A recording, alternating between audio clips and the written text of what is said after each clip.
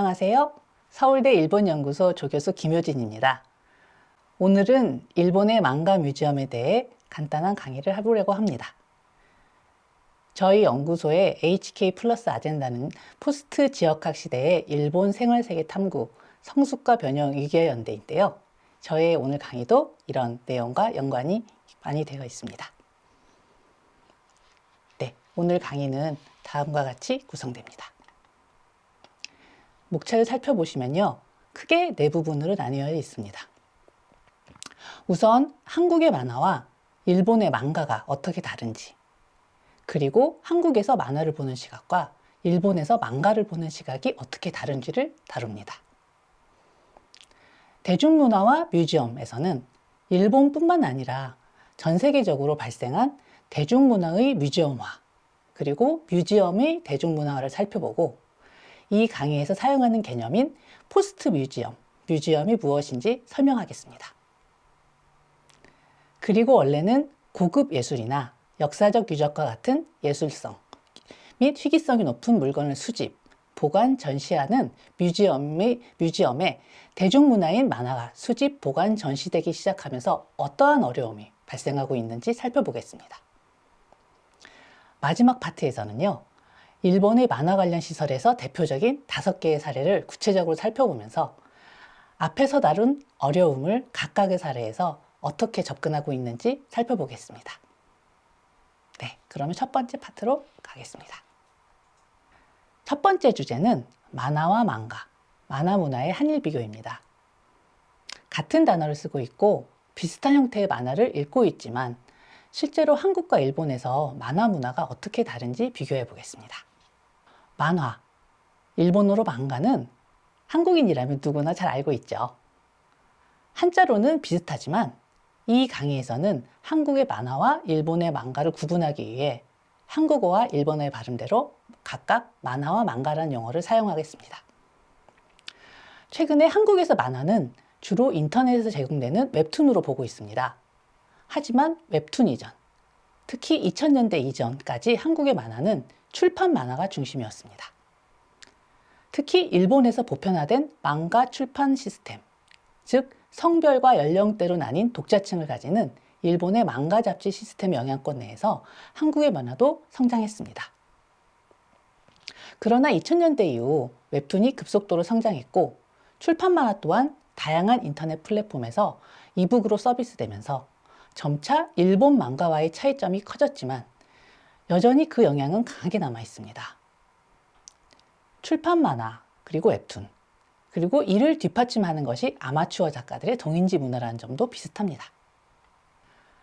앞에서 살펴본 대로 한국의 웹툰이 인터넷이라는 미디어의 특성을 최대한으로 살려서 점차 일본의 출판 만화 시스템과는 다른 독자적인 장르로 발전하고 있다는 차이점이 최근 나타나고 있습니다.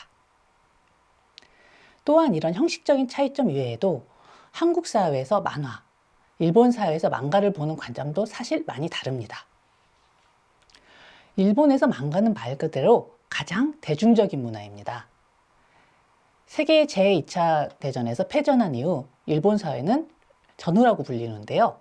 전후 일본 사회에서 1960년대부터 성장하기 시작한 일본의 망가 시장은 이 당시 베이비붐 세대가 어린이일 때부터 만화를 즐겨 읽었기 때문에 이들의 성장과 함께 폭발적으로 성장하게 됩니다.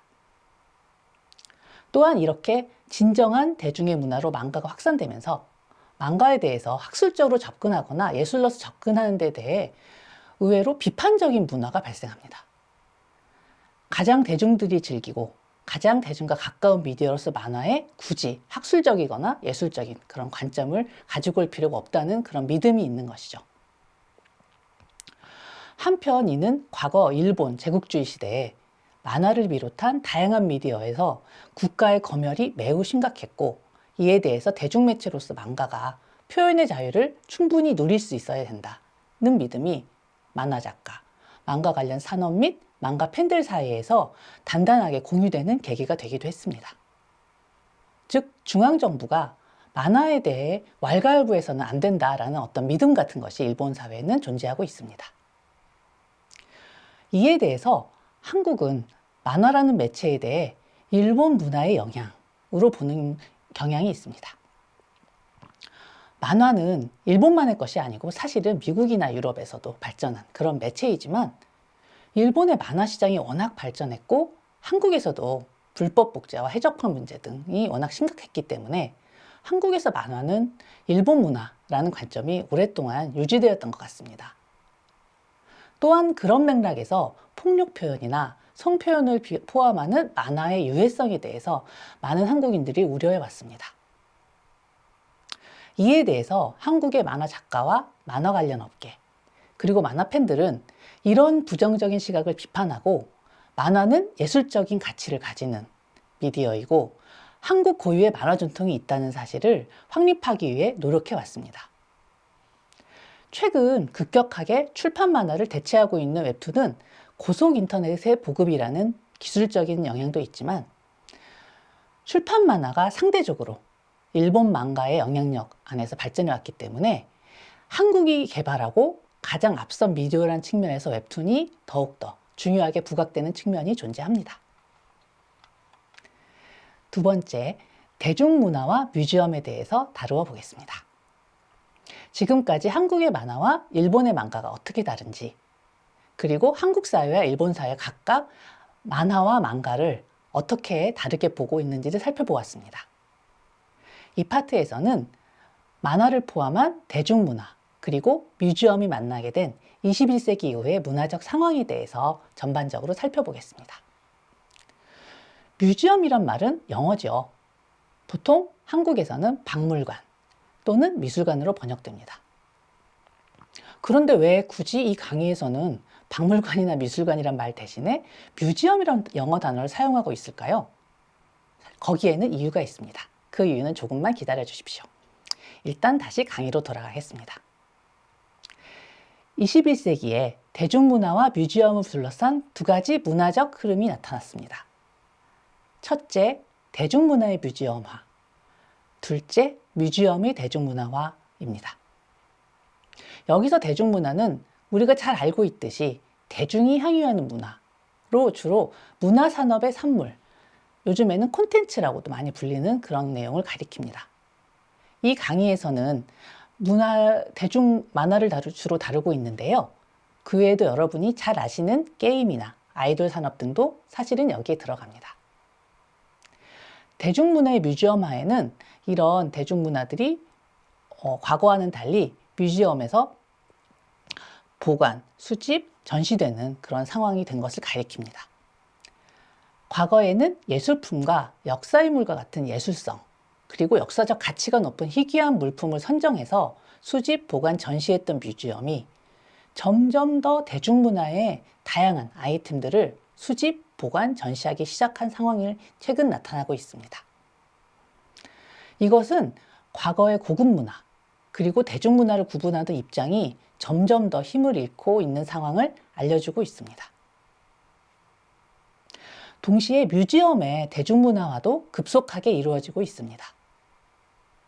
예전에는 주로 학습의 공간으로 간주되었고 고급 문화를 대중에 전파하기 위한 공간이었던 뮤지엄이 점차 대중들의 일상 속에 들어가고 있습니다. 학습 목적도 물론 남아있지만 다른 대중문화들처럼 여가를 즐기기 위한 목적으로 뮤지엄을 방문하는 경우도 늘어났고요. 또한 예술적 가치 또는 학술적 가치보다는 오히려 대중의 흥미를 끄는 전시를 기획하거나 대중적으로 흥행하는 것이 중요한 목적으로 부각되기도 합니다. 또한 뮤지엄이 공익적 시설로서 경제적 이윤과는 관계없이 유지되던 과거와 달리 점차 뮤지엄의 채산성이 중요하게 부각되는 상황이 찾아왔습니다. 이렇게 전시의 목적에서 경제적인 목적이 중시되기 시작하면서 대중문화를 전시 대상으로 삼는 경우도 많이 늘어났습니다. 바로 이런 변화와 맞물려 이 강의에서 뮤지엄, 그리고 포스트 뮤지엄이라는 용어를 사용하는 이유가 등장합니다. 앞에서 살펴본 것처럼 뮤지엄은 일반적으로 박물관과 미술관을 포괄하는 용어인데요. 만화라는 대중매체는 미술적인 요소, 즉 그림 및 기호로 구성된다는 측면, 그리고 역사적인 요소, 그 시대의 문화를 반영한다는 측면, 나아가 서적으로서의 특성이라는 세 가지 특징을 모두 다 지니고 있는 매체입니다. 이 세 요소 모두 만화의 수집, 보관, 전시에서 고려될 필요가 있다는 것입니다.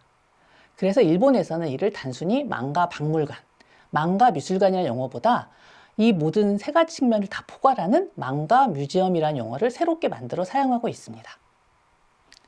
또한 뮤지엄은 서구의 근대화와 식민주의와 함께 성립했는데요. 이렇게 뮤지엄의 역사를 비판적으로 바라볼 때 성립 당시에 제국주의와 식민주의에 기반해서 가장 초보적인 것부터 가장 고도로 발달한 것까지를 발전 단계를 가정하고 이를 통해서 서구의 예술과 문화를 궁극적인 도달점으로 바라보는 서구 중심적인 가치관을 유포하는 기능을 했다는 깊은 반성과도 연결이 되어 있습니다. 실제로 근대 민족 국가가 성립하는 과정에서 미술 작품의 수집과 전시는 민족 국가의 우수성 그리고 선진성을 증명하는 수단으로 간주되기도 했고 제국주의 국가가 식민지를 자신들보다 뒤떨어진 존재로 가정하고 이들의 생활 풍습을 야만적인 것으로 전시함으로써 이들을 계몽시키기 위해 식민주의가 반드시 필요하다는 이데올로지를 정당화하는 역할을 했습니다. 따라서 뮤지엄이라는 용어는 어쩔 수 없이 근대의 제국주의와 식민주의와 밀접한 관계를 맺고 있는데요. 이 과정에서 바로 포스트 뮤지엄이라는 개념이 등장합니다. 마스틴이라는 학자는 뮤지엄이 저지른 과거의 오류를 반성하고 이를 평등하고 새로운 문화 공간으로서 재정의하기 위해 포스트 뮤지엄이라는 개념을 창안합니다. 포스트 뮤지엄은 더 이상 뮤지엄이라고 할 수는 없지만 뭔가 관계 있는 것. 사람들을 계몽하기 위한 것이 아니고 다양한 사람들의 모임이나 지역사회와 연계하여 그들의 욕망을 부응하고 문제를 제기하며 활력을 공유하는 장으로서 열린 공간을 의미하게 됩니다. 이렇게 기존의 뮤지엄에 대한 비판을 통해서 고급 문화를 중심으로 한 문화의 유계를 해체하고 이 공간을 대중에게 열린 공간으로 만들고자 하는 새로운 시도가 이루어지고 있다고 할 수 있겠습니다. 실제로 21세기 이후 뮤지엄 연구에서는 이런 입장이 많은 지지를 받고 있습니다. 그리고 이런 포스트 뮤지엄 개념은 이 강의에서 다룰 일본의 망가 뮤지엄에 매우 잘 적용되는데요. 일본의 대중문화를 대표하는 망가가 뮤지엄에서 수집, 보존, 전시된다는 사실은 우선 그 자체만으로도 고급 문화와 대중문화의 위계를 해체하는 효과를 가집니다. 동시에 뮤지엄이 대중들이 애호하는 대중문화의 망가를 다룸으로써 대중이 뮤지엄을 보다 가깝고 친근하게 느낄 수 있다는 점에서도 중요한 계기가 될 수 있습니다. 다만 이러한 망가와 뮤지엄의 만남은 최근 20, 30년간 시도되어 온 움직임이기 때문에 실제적으로 이를 가능하게 하기 위해서는 많은 어려움이 여전히 존재하고 있습니다. 뮤지엄이란 체제가 워낙 오랜 기간 동안 고급 문화와 대중문화라는 위계, 제국주의와 식민주의의 전통에 기반하였기 때문입니다. 그렇다면 실제적으로 과연 어떤 어려움이 존재하는지에 대해서 살펴보도록 하겠습니다.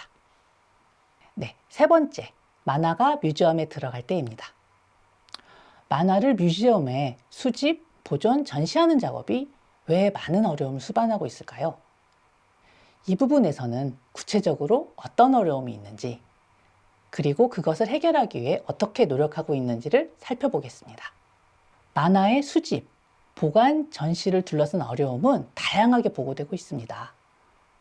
그 중에서도 망가 뮤지엄을 포함한 일본의 다양한 망가 관련 시설에서도 공통적으로 지적하는 어려움을 크게 10가지로 정리하였습니다.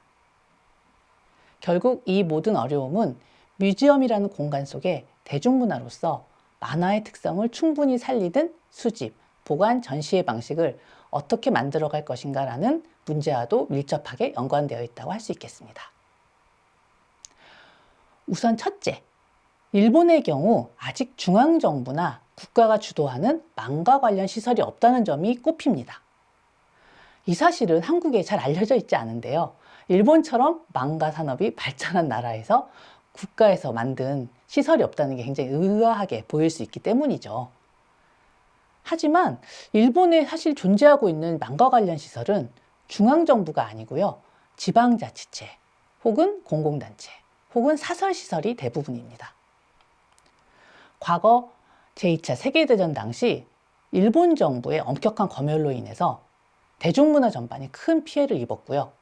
이로 인해 일본에서는 중앙정부가 대중문화에 대해 개입하는 것에 대해 비판적인 태도가 강하게 남아 있습니다.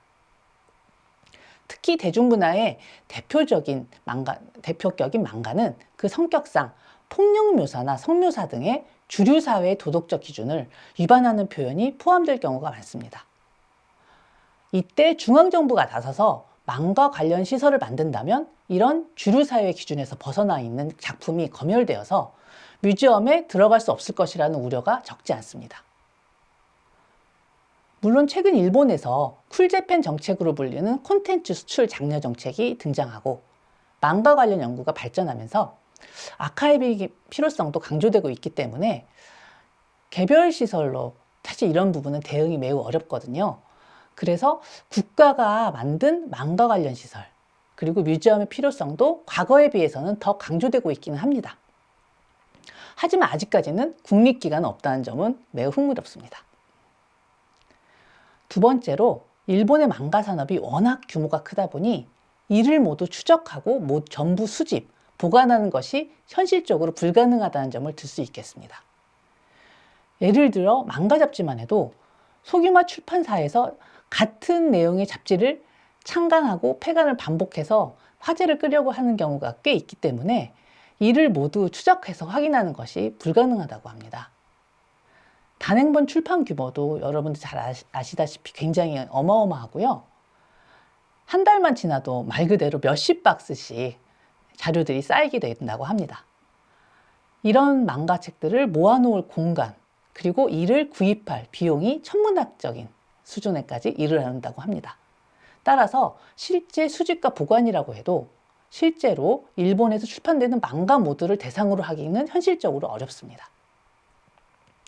그리고 망가라고 하면 셋째, 흔히 망가 잡지나 망가 단행본을 생각하지만 실제 우리가 일상생활에서 접하는 망가는 저렇게 딱 망가라고 알 수 있는 포맷뿐만이 아니고 광고 혹은 에세이 혹은 소설책의 일부분 등 일반적인 망가의 포맷을 따르지 않는 경우가 많습니다.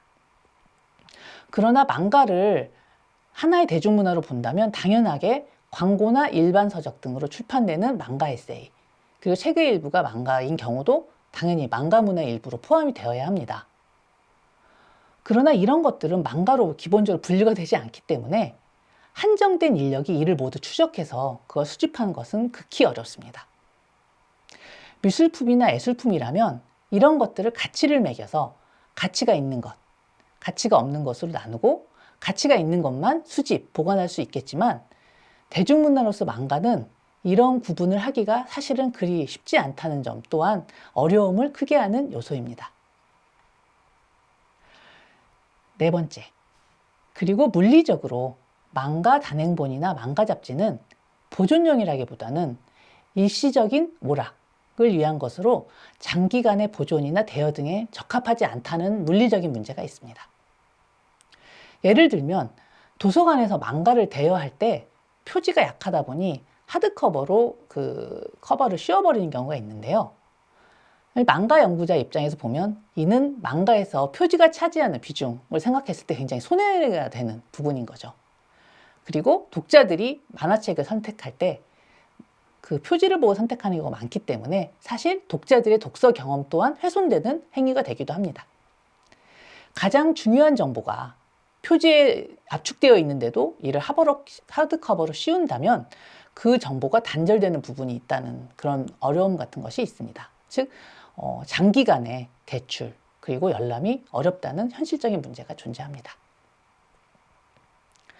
이렇게 앞에 살펴본 문제점들을 고려해서 일정 기준에 따라 망가를 수집했다고 해도 다섯 번째, 이를 정리하기 위한 체계가 아직 제대로 마련되어 있지 않습니다.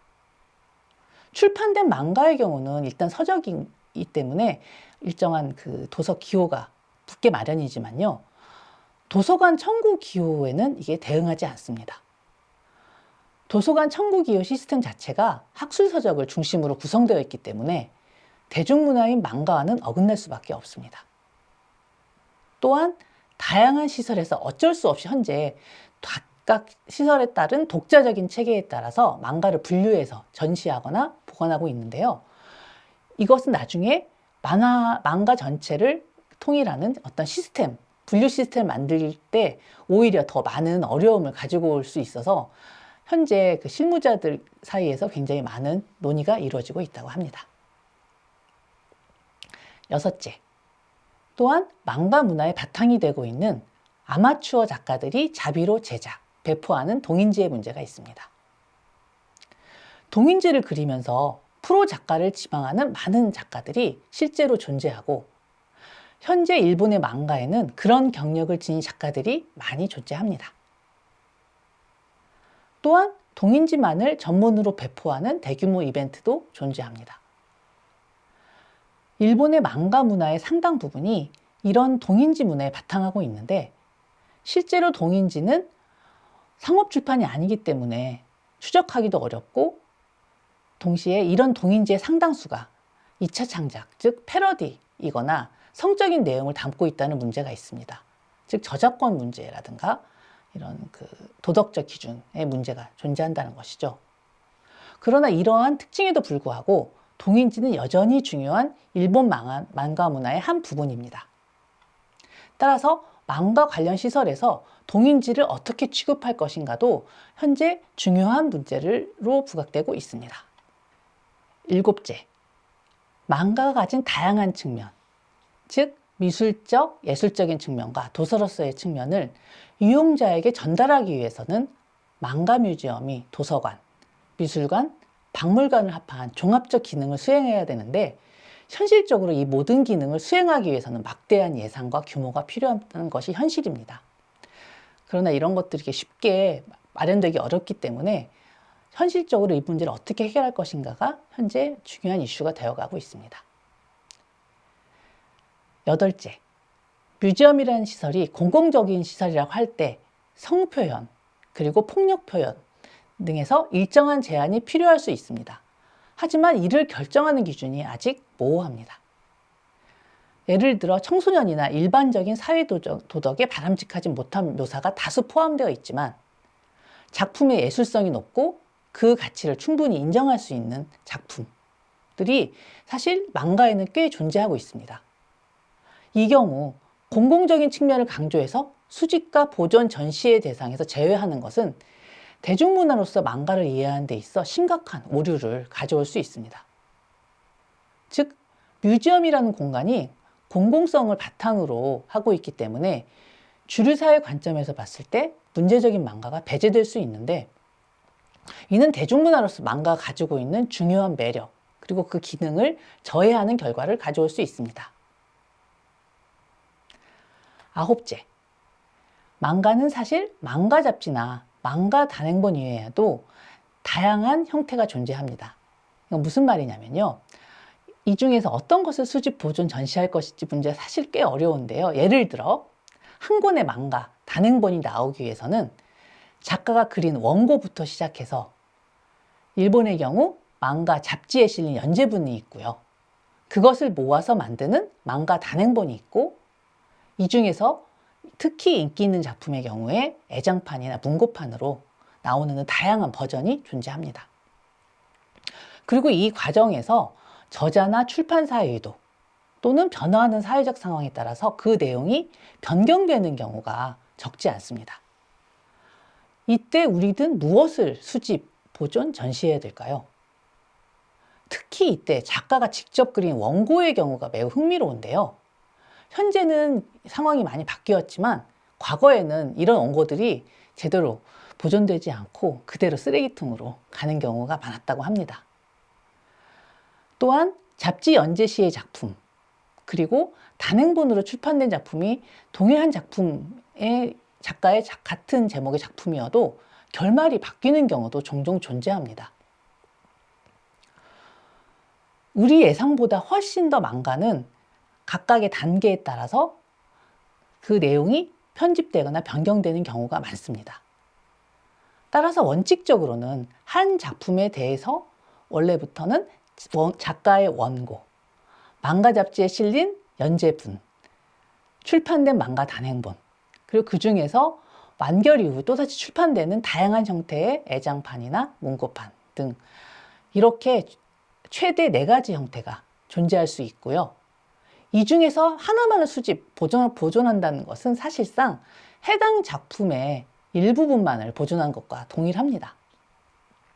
그러나 동시에 모든 작품의 모든 형태를 다 보존하는 것 또한 현실적으로 불가능하기 때문에 이런 문제를 어떻게 해결할 것인가에 대해서 많은 연구자와 관계자들이 많은 고민을 하고 있습니다. 마지막으로 10번째. 앞에서 살펴본 어려움들이 기존의 출판 망가를 기준으로 하고 있다면 최근에 비중이 증가하고 있는 이북 형태, 웹툰 형태의 망가를 어떻게 할 것인가의 문제 또한 별도의 대처가 필요합니다. 특히 이북이나 웹툰 형태, 즉 파일 형태로 된 망가의 경우 흔히 보존이 더 잘 될 수 있다고 생각하지만 실제 종이책에 비해서 데이터 형식의 자료들이 오히려 더 손쉽게 파괴될 경우 복원도 어렵다는 점은 잘 알려져 있습니다.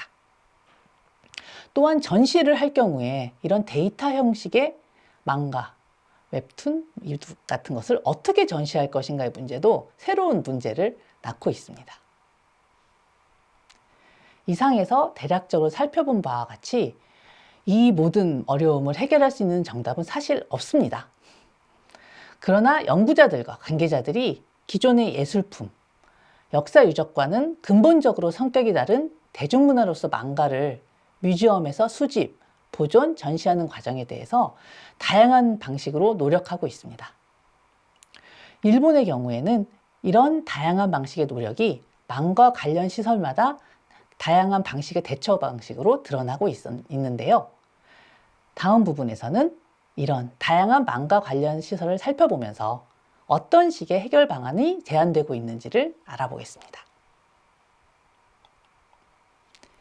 네, 이 강의의 마지막 부분, 일본 망가 뮤지엄 5개의 사례입니다.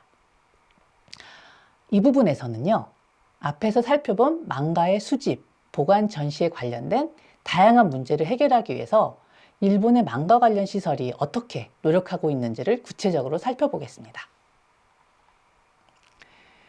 첫 번째 사례는 교토시 도심부에 위치한 교토 국제 망가 뮤지엄으로 이 시설은 2006년에 개관하였습니다. 대중문화로서 망가가 지닌 다양한 특성을 모두 살리기 위한 시설로서 망가 뮤지엄이라는 개념을 최초로 도입한 것이 바로 이 시설입니다. 교토시와 일본 대학 최초로 망가를 전문으로 다루는 학부를 설치한 대학으로 유명한 교토 세이카 대학이 공동 설립해서 운영하고 있는데요. 망가 뮤지엄, 그리고 이를 뒷받침하는 망가 전문 연문기관으로 이루어져 있습니다. 특히 이 뮤지엄은 지역 활성화의 사례로도 주목받고 있는데 교토 중심부에서 도심 공동화가 일어나고 있던 시기에 어린이들이 사라지면서 폐교된 초등학교 건물을 최대한 그 구조를 남기면서 재활용하여 뮤지엄으로 사용하고 있습니다. 왼쪽 사진은 전체 전경이고요. 보시면 운동장 부분에 연두색, 초록색으로 이렇게 그라운드를 만들어 놓은 걸 보실 수 있습니다. 오른쪽 아래 사진은 복도를 활용해서 높게 책장을 짜넣어서 방문객들이 언제라도 원하는 망가를 꺼내서 읽을 수 있게 해놓은 것이 눈에 띕니다. 다만 작가들의 그 저작권을 보호하기 위해서 최신 신간은 배열하지 않고요. 출판 후 몇 년 이상 지난 망가만을 저렇게 배치한다고 합니다.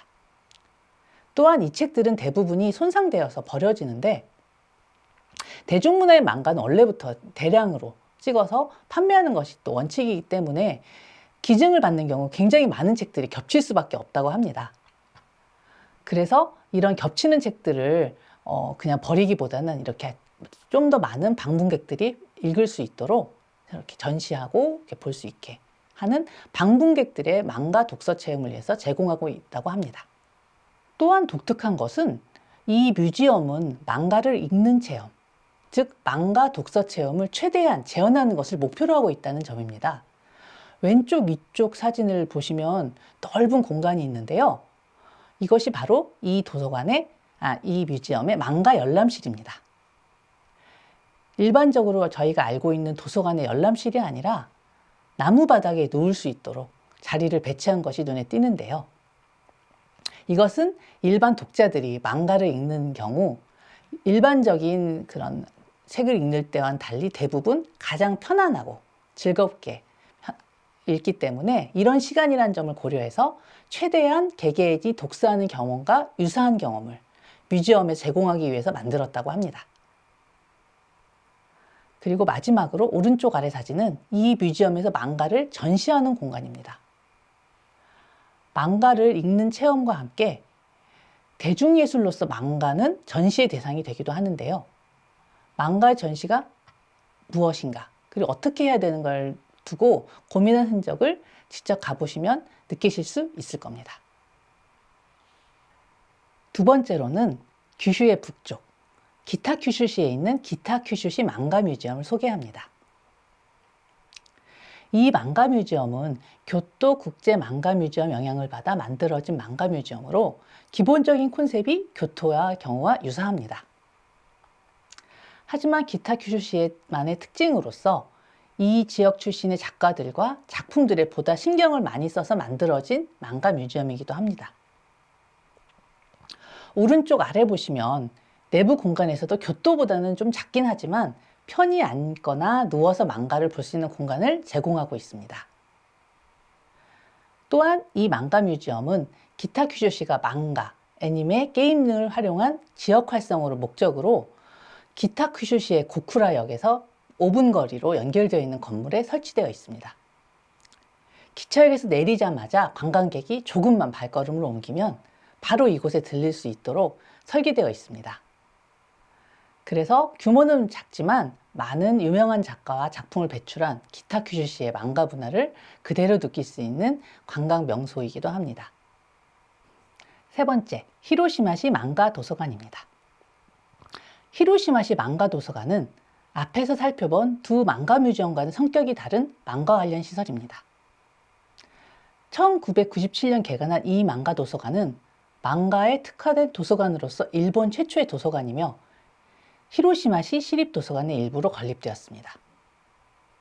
따라서 도서관으로서의 기능, 즉 망가의 도서로서의 기능에 특화되어 전시나 보존보다는 대출이나 열람을 중시하고 있습니다.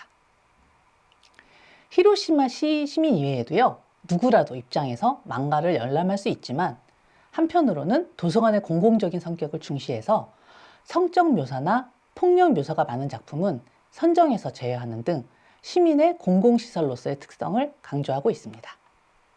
넷째, 소녀 망가관입니다. 도쿄도 아키루노시라는 외곽에 있고요. 이름에서도 알 수 있듯이 소녀 망가, 즉 한국의 순정 만화에 해당하는 망가에 특화된 시설인데요. 이 시설의 특징은 5개의 사례 중에서도 유일하게 공공시설이나 공공기관이 아닌 개인의 사설시설이라는 점입니다. 그래서 운영 또한 소유자 개인의 사정에 따라 매주 토요일 오후에만 개관하고 있고요. 자료의 수집을 오직 기증에만 의존하고 있습니다. 그러나 이 시설이 의미 있는 것은 이 시설에서 소장하고 있는 망가 작품의 수나 규모도 있지만 바로 마이크로 라이브러리라는 개념의 바탕에서 운영하고 있다는 점입니다. 마이크로 라이브러리란 지역사에 기반하여 소규모로 개인이 운영하는 사설 도서관을 말합니다. 앞에서 살펴본 대중문화로서 망가라는 특징을 살리기 위해 시설의 규모나 소요 비용이 커지는 것이 필연적인 부분도 있지만 동시에 이 마이크로 라이브러리를 지지하는 사람들은 반대 입장을 취합니다. 앞에서 살펴본 교토 국제 망가 뮤지엄처럼 종합적인 망가 뮤지엄이 하는 역할도 있지만 그것과는 다른 역할을 이런 지역사회 기반의 작은 라이브러리들이 할 수 있다는 것입니다. 특히 망가는 원할 때 언제나 쉽게 꺼내볼 수 있고 즐길 수 있는 대중문화라는 측면에서 지역사회에서 뜻있는 개인이 크게 무리하지 않고 작은 규모로 자기의 페이스로 운영하는 마이크로 라이브러리가 활성화되고 이런 작은 라이브러리들이 횡적으로 연결되어 네트워크를 구축한다면 오히려 망가 문화가 일본 사회 전역에 더 쉽게 뿌리내릴 수 있을 것이라는 것이 이들의 생각입니다. 실제로 이 소녀 망가가는 겹치는 책들을 추려서 몇만 권을 다른 지역 사회에서 마이크로 라이브러리를 운영하고자 하는 개인에게 기증해서 횡적인 네트워크를 실제로 만들어 나가고 있습니다. 이들의 노력이 앞으로 어떤 결실을 맺을지 주목됩니다. 그리고 마지막으로 살펴볼 사례는 메이지 대학 요네자와 요시히로 기념도서관입니다. 일본 도쿄 중심부에 있는 메이지대에 부서시설을 만들어진 망가 도서관인데요. 이 도서관의 특징은 일본에서 거의 유일하게 아마추어 동인지역 관련 이벤트를 수집, 보관하고 있는 시설이라는 점입니다. 특히 도서관의 이름에 들어있는 요네자와 요시히로 씨는 일본 최대의 동인지 이벤트인 코믹 마켓을 시작한 인물로 고인이 된 지금도 많은 관계자들의 존경을 받고 있습니다. 흥미로운 것은 동인지가 2차 창작으로서 저작권, 그리고 성적 표현의 문제로 인해서 공개적인 전시가 사실은 어렵다는 점인데요. 그래서 사실 이 도서관에 가면 실제 동인지는 열람이 불가능합니다. 대신 요네자 요시히로 씨가 모아놓았던 망가와 관련된 자료가 주된 열람의 대상입니다. 그러나 이 도서관에서 직접 열람은 안 되지만 도쿄도 외곽에 있는 이 도서관의 거대한 창고에는 지금까지 코믹 마켓이 40년에 걸쳐서 수집해온 막대한 양의 동인지가 매 이벤트별로 분류되어 보관되어 있다고 합니다. 저작권 등의 문제로 인해서 제3자의 열람은 어렵지만 동인지 문화가 일본의 망가 문화에서 갖는 중요성을 인지하고 장기간에 걸친 보존을 가장 중요한 목표로 삼고 있습니다. 그 시기가 언제가 될지는 사실 알 수 없다고 하는데요. 언젠가 이 자료들이 일본 망가 문화 연구에 쓰이는 날이 올지도 모르겠습니다. 아마추어 작가들이 제작한 동인지 문화의 기록을 수집, 보관하고 있다는 점에서는 세계적으로도 유례를 찾아볼 수 없는 시설이기도 합니다. 지금까지 살펴본 바와 같이 일본의 망가 뮤지엄은 연구자와 관계자들이 협력하고 논의하면서 대중문화로서 망가라는 성격, 그리고 시각자료이자 대중예술로서의 망가 지닌 특성을 잃어버리지 않도록 노력하고 있습니다. 이 과정에서 뮤지엄 또한 과거와는 다른 보다 열린 공간으로서 포스트 뮤지엄의 성격을 모색하는 데 망가가 큰 역할을 하고 있습니다. 한국에서도 일본의 망가는 여전히 인기를 얻고 있습니다. 나중에 일본을 방문하신다면 근처에 있는 망가 뮤지엄이나 망가 관련 시설을 한번 방문해 보시면 어떨까요? 이 강의에서 다룬 망가의 특징을 따올리면서 관람하신다면 훨씬 더 재미있고 유익한 경험이 되실 겁니다. 또 강의 내용보다 더 자세하고 구체적인 내용을 알고 싶으시다면 여기서 소개한 4개의 참고 문헌을 찾아보신다면 도움이 되실 겁니다. 이 강의를 통해 일본의 망가 뮤지엄, 그리고 일본의 사회문화 전반에 대해 좀 더 이해가 깊어지셨길 바랍니다. 짧지 않은 강의 들어주셔서 감사합니다. 이상 서울대학교 일본연구소 조교수 김효진이었습니다. 감사합니다.